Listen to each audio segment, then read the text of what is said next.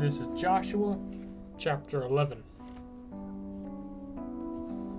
Now Jephthah, the Gileadite, was a mighty warrior, but he was the son of a harlot. Gilead was the father of Jephthah, and Gilead's wife also bore him sons. And when his wife's sons grew up, they thrust Jephthah out, and said to him, "You shall not inherit in our father's house, for you are the son of another woman." Then Jephthah fled from his brothers and dwelt in the land of Tob, and worthless fellows collected around Jephthah and went raiding with him. After a time, the Ammonites made war against Israel. And when the Ammonites made war against Israel, the elders of Gilead went to bring Jephthah from the land of Tob.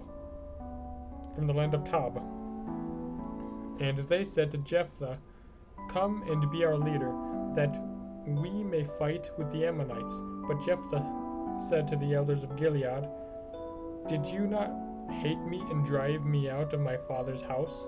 Why have you come to me now when you are in trouble?" And the elders of Gilead said to Jephthah, "That is why we have turned to you now, that you may go with us to fight with the Ammonites, and be head over all the inhabitants of Gilead." Jephthah said to the elders of Gilead, "If you bring me home again to fight with the Ammonites, and the Lord gives them over to me, I will be your head." And the elders of Gilead said to Jephthah, "The Lord will be witness between us, and we will surely do as you say." So Jephthah went with the elders of Gilead, and the people made him head and leader over them. And Jephthah spoke all his words before the Lord at Mizpah. Then Jephthah sent messengers to the king of the Ammonites and said, "What have you against me, that you have come to me to fight against my land?" And the king of the Ammonites answered the messengers of Jephthah, "Because Israel, on coming from Egypt, took away my land, from the Arnon to the Jabbok, and to the Jordan. Now therefore restore it peaceably." And Jephthah sent messengers again to the king of the Ammonites, and said to him, "Thus says Jephthah, Israel did not take away the land of Moab, or the land of the Ammonites. But when they came up from Egypt, Israel went through the wilderness to the Red Sea, and came to Kadesh.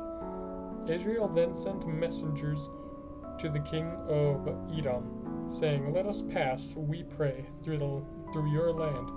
But the king of Edom would not listen.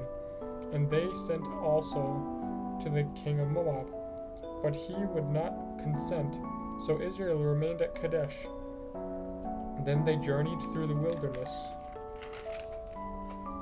and went around the land of Edom and the land of Moab, and arrived on the east side of the land of Moab, and camped on the other side of the Arnon. But they did not enter the territory of Moab, for the Arnon was the boundary of Moab. Israel then sent messengers to Sihon, king of the Amorites, king of Heshbon, and Israel said to him, 'Let us pass, we pray, through your land to our country.' But Sihon did not trust Israel to pass through his territory. So Sihon gathered all his people together, and encamped at Jahaz, and fought with Israel.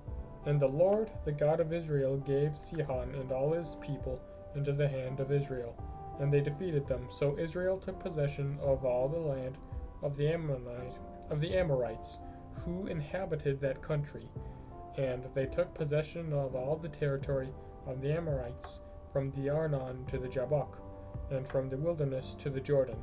So then the Lord, the God of Israel, dispossessed the Amorites from before his people Israel. And are you to take possession of them? Will you not possess what Chemosh, your God, gives you to possess, and all the land our God has dispossessed before us, we will possess.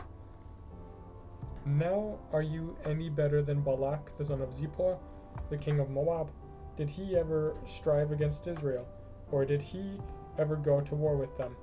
while Israel dwelt in Heshbon and its villages, and in Aroer and its villages, and in all the cities that are on the banks of the Arnon, 300 years, why did you not recover them within that time? I therefore have not sinned against you, and you do me wrong by making war on me.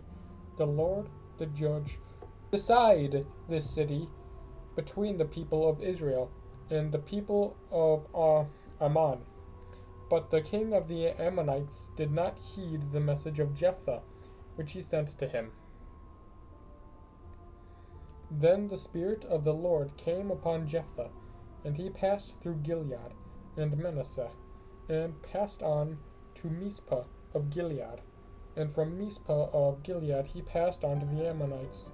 And Jephthah made a vow to the Lord, and said, If thou wilt give the Ammonites into my hand, then whoever comes forth from the doors of my house to meet me when I return victorious from the Ammonites shall be the Lord's, and I will offer him up for a burnt offering.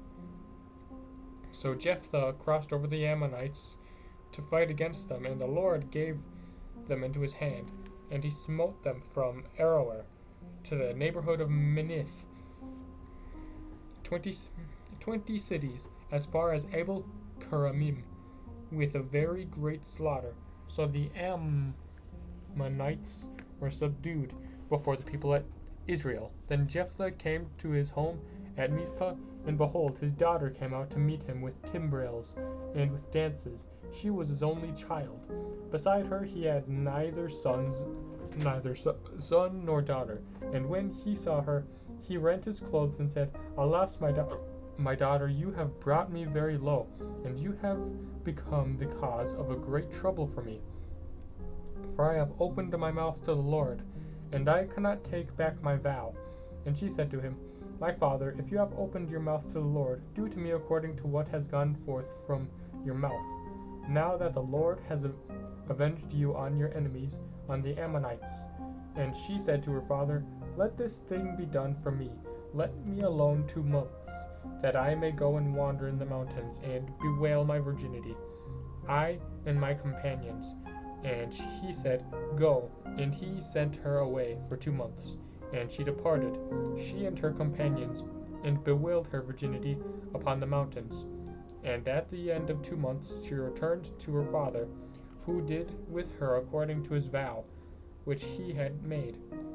She had never known a man, and it became a custom in Israel that the daughters of Israel went year by year to go to lament the daughter of Jephthah the Gileadite 4 days in the year.